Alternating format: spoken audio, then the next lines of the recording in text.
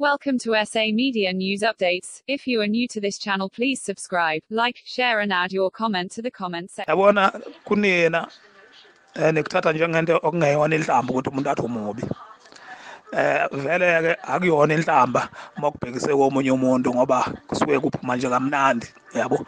Kodwa njengoba umhlaba ungaka nje akekho umuntu ofuna ukuhlekiswe ngayo kutshelwe umhlaba wonke ukuthi wena mubi noma ngabe kuthiwa mubi futhi uyazazi yabo.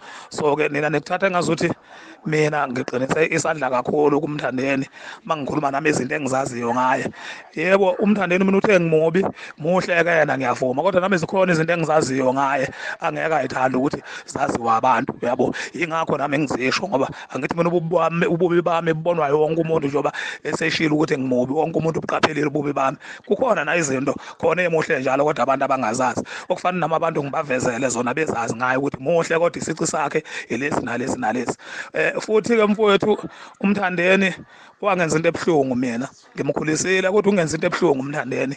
Bengiphila naye njengomfowethu naye ezeshe ethi ngobhuti wakho omdala ngithi mina umfowethu omncane ngisho emndenini wakithi ubethathwa njengengane yakithi umthandeni yabo ngendlela akade bemkhoze ngakhona ekhaya.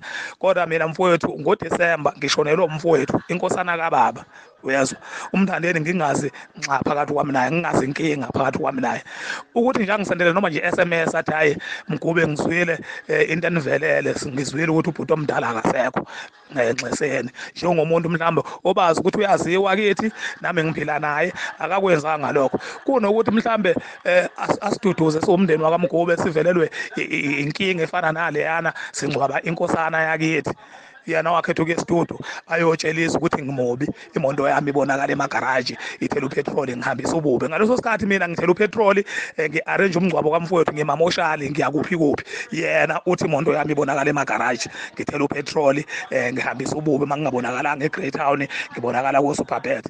So ngitsheleke mfowethu ukuthi lo nkulumo leyo ubuye yayibheke kuwe wona kumuntu omthandayo hayi mhlambe kimi ngoba mina ngingenandaba nami ibizokwehla kahle yini kuwe nje wena nikhaliswa nje ilezi engishilo kumthandeni. So bafethu umsana ukulandela umculo ngokuthi nithanda umuntu uma ngabe mhlambe lo muntu nazo uthi uzobhlungu bese nizobuhlungu ngalinye naye bese ningabi neqiniso. Yibanini neqiniso ulandeleni kahle umculo angilwike kodwa nawe mfowethu ngizama nje ukukuchazela ukuthi yebo khona mhlambe ngisiqinisile isandla kulomfana kodwa nakimi kwenzeka into engingakaze ngayicabanga ukuthi iyoke yenzeke phakathi kwami nomthandeni ngendlela ebesiphila ngakhona nami kwaba isurprise. So nami ngiye studio nginenhliziyo ebuhlungu and umthandeni ngimnikile ithuba ngiyitshethe mhlambe uzokangifonela nje sithi kuyibhunga nje le ndaba ukuthi mhlambe njengoba agcine ngigadla kanje kwakuyini inhloso yakhe ngalinda akazange azangifonele kwaze kwafika isikhathi sokuthi ngiye studio cha mfowethu angifuni ukuyiqamba amanga mfowethu nami ngiye studio ngithukuthele ngiphatheke kabi mhlambe nami ngikho ngiqinisa isandla ngalendlela.